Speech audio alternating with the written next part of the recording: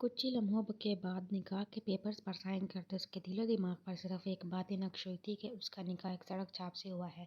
اسے شدت سے پیام کی یاد آئی، پر ساتھ ہی دل میں اس کی ڈھارس تھی کہ یہاں سے چھوٹتے ہی وہ گھر جا کر پیام کو سب بتائے گی اور پھر وہ باسط کے برے ہونے والے حشر کی منتظر ہوتی۔ چلو۔ نکاح ہونے کے بعد وہ اسے روکھے لہجے میں بولا تھا۔ تحریم جو سوچوں میں گم تھی اس کی آواز پر چونکی تھی، پھر ناگواری سے اس کے سامنے مگر پرکشش چہرے کو دیکھا، ساتھ ہی کھڑی ہوئی۔ آج جا کر سب سے پہلے تم سے یہ بے بنیاد رشتہ توڑیں گی، اس کے بعد پیام بھائی سے کہہ کر تمہارا حشر بگڑواؤں گی۔ بس ایک بار مجھے گھر پہنچنے دو، پھر تمہارے ساتھ وہ کرواؤں گی کہ اپنے پیروں پر چلنے کو ترسو گے۔ اس کے سامنے آتی تحریم بے بسی بھرے غصے میں بولی تھی۔ آخر برداشت ہی کہاں ہو رہی تھی یہ بات کہ وہ اس انسان سے منسوب ہو چکی تھی جس کی شکل دیکھنا بھی اسے گوارا نہ تھی، مگر اپنی بھڑاس نکال دی۔ وہ یہ بات بھول گئی کہ انجانے میں خود ہی اپنے پیروں پر کلہاڑی مار گئی تھی۔ وہ اس کی بات پر باسط استہزائیہ انداز میں ہنسا تھا۔ مجھے تو بہت ڈر لگ رہا ہے تمہاری دھمکیاں سن کر۔ اور ٹھیک ہے، پھر ایسا کرتے ہیں کہ آج ہی سسرال لے چلوں اپنے۔ اس کی بے بسی پر ہنستا ہوا اپنی بات مکمل کرتے ہی تحریم کا بازو پکڑا تھا، جس پر تحریم کے چہرے کی ہوائیاں اڑی تھیں۔ یہ کیا کہہ رہے ہو تم؟ مجھے کہیں نہیں جانا، گھر جانا ہے، اچانک بوکھلاتی وہ تیزی سے بولی، پر اس کی باتیں انسنی کرتا باسط زبردستی اسے کینتا باہر لایا تھا، پھر اپنے دوست سے لی ہوئی کار پر اسے پٹخنے کے انداز میں بٹھایا تھا۔ اسے ذرا پرواہ نہیں تھی کہ وہ گھر جا کر پیام کو کیا بولتی کیا نہیں۔ اصل وجہ تو تحریم کو اپنے گھر لے جانے کی یہی تھی کہ وہ کچھ دن اسے اپنے گھر میں رہ کر اس کی اکڑ ختم کرنے کا ارادہ رکھتا تھا۔ شام کو لشپا گھر سے بہانہ کر کے نکلی تھی کہ دوست کے گھر پڑھائی کے لیے جانا ہے۔ جمیلہ بیگم اور اکبر صاحب اپنی بیٹی پر مکمل بھروسہ ہونے کے باعث بخوشی اسے پڑھنے کے لیے اجازت دے دیتے تھے۔ ابھی وہ قریبی پارک پر کھڑی عبید کا انتظار کر رہی تھی، جو اسے ضد کر کے ملنے بلایا تھا، پر اب پتہ نہیں خود کہاں رہ گیا تھا۔ زیادہ وقت گزرنے پر لشپا سیدھ میں پیدل چلنے لگی۔ تھوڑی اور دور آ کر وہ بیگ سے موبائل نکال کر اس کا نمبر ڈائل کیا تھا۔ ہیلو، عبید کی مخمور آواز پر وہ چونکی۔ کیا ہوا عبید؟ اب تک پہنچے نہیں تم؟ میں کب سے ویٹ کر رہی ہوں تمہارا۔ آسمان پر چھاتے اندھیرے کو دیکھ وہ پریشانی سے گویا ہوئی۔ لشپا یار میں بھول گیا تھا، ایکچولی یار میں نا، بولتے ہوئے وہ رکا تھا۔ لشپا کو آنے کی اس نے ضد تو کی تھی، پر اچانک پیام کے ساتھ بار کا پلان بننے پر وہ وہاں جا چکا تھا، اور اب 2 گلاس ڈرنک پینے کے بعد اس کی زبان تھوڑی لڑکھڑاہٹ کا شکار تھی۔ عبید کیا مسئلہ ہے؟ آنا ہے تو بتاؤ، میں کتنی دیر سے گھر سے نکلی ہوئی ہوں، تمہیں ذرا بھی پرواہ نہیں؟ وہ جھنجھلانے لگی۔ اتنی دیر سے چلتے اب اس کے پیر دکھنے لگے تھے۔ ابے یار تم چلی جاؤ گھر، ہم کل ملیں گے، اوکے؟ پوری بات کہہ کر وہ کال کاٹ چکا تھا۔ لشپا حیرت سے اپنے فون کو گھوری تھی، جس کے لیے وہ اپنے ماں باپ سے جھوٹ بولی تھی، اور وہ کس طرح لاپرواہ بنتوں سے منع کر گیا تھا۔ اپنی آنکھوں سے گیلی ہوتی محسوس ہوئی پوروں سے آنسو پوچھتی وہ مڑی ہی تھی کہ اچانک اس کے برابر میں ایک کار آ کر رکی۔ شیشہ نیچے ہونے پر جس کا چہرہ اسے دکھا وہ بے ساختہ تھا، گھبرائی۔ لشپا تم یہاں کیا کر رہی ہو؟ شادل حیرت بھری آواز میں پوچھا تھا۔ وہ جلدی آفس سے نکلا تھا، یہاں سے گزرتے سے شک گزرا تھا کہ روڈ کے سائڈ پر کھڑی وہ لڑکی لشپا ہے، اور اس کا شک اب اسے دیکھ یقین میں بدلا تھا۔ وہ شادل بھائی میں لشا گڑبڑائی تھی کہ پھر کچھ بہانہ سمجھ نہ آیا تو ہکلاتے ہوئے سوچنے لگی، گھر جا رہی ہو؟ اس کے ہکلانے پر شادل خود ہی بولا۔ وہ جلدی سے اس بات میں سر ہلائی، ہاں ہاں بھائی، گھر ہی جا رہی تھی۔ لبوں پر زبان پھیرتی وہ گھبراہٹ پر قابو پاتی بولی، آؤ میں چھوڑ دوں؟ مخصوص نرم لہجے میں کہتا وہ لشپا کو اور بھکلانے پر مجبور کر گیا۔ نہیں بھائی نہیں، میں خود چلی جاؤں گی، اور ویسے بھی گھر تو لشپا میں کہہ رہا ہوں نا کہ میں چھوڑ دوں گا، آؤ بیٹھو۔ اس کی بات آرام سے کاٹتا ہوا ٹھہرے ہوئے لہجے میں بولا تو ناچار لشپا حامی بھر لی۔ دوسری طرف سے کار میں بیٹھی اس کے بیٹھتے ہی شادل نے دھیمی مسکراہٹ کے ساتھ کار آگے بڑھائی۔ ویسے کہاں جا رہی تھی؟ لشپا کو بالکل چپ دیکھ وہ خود ہی خاموشی توڑتا پوچھنے لگا۔ لہجہ ہنوز نرم اور دوستانہ تھا، جیسے مقابل کی گھبراہٹ کم کرنے کی کوشش کر رہا ہو۔ بھائی وہ میں میں دوست کے گھر جا رہی تھی پڑھائی کرنے، پر وہ ان کے گھر آج مہمان آ گئے تو میری دوست نے آنے سے منع کر دیا۔ شادل کے پھر پوچھنے پر وہ تھوڑی پریشان ہوئی، پھر جلدی سے سوچ کر ایک ہی سانس میں بولی، لڑکی آرام سے۔ وہ بے ساختہ ہنسا تھا اسے یوں بولتا دیکھ کر۔ سوری۔ سبکی محسوس ہوتے ہی لشپا سر جھکائی تھی، تبھی گھر کے سامنے پہنچتے ہی شادل نے کار روکی۔ شکریہ بھائی۔ اتر کر وہ ہلکی آواز میں بول کر پلٹی، آنٹی انکل کو سلام کہنا۔ بھاری مگر نرم آواز میں مسکراتا کہا۔ لشپا نے مڑ کر اس بات میں سر ہلایا تو شادل کار ریورس کرتا وہاں سے چلا گیا۔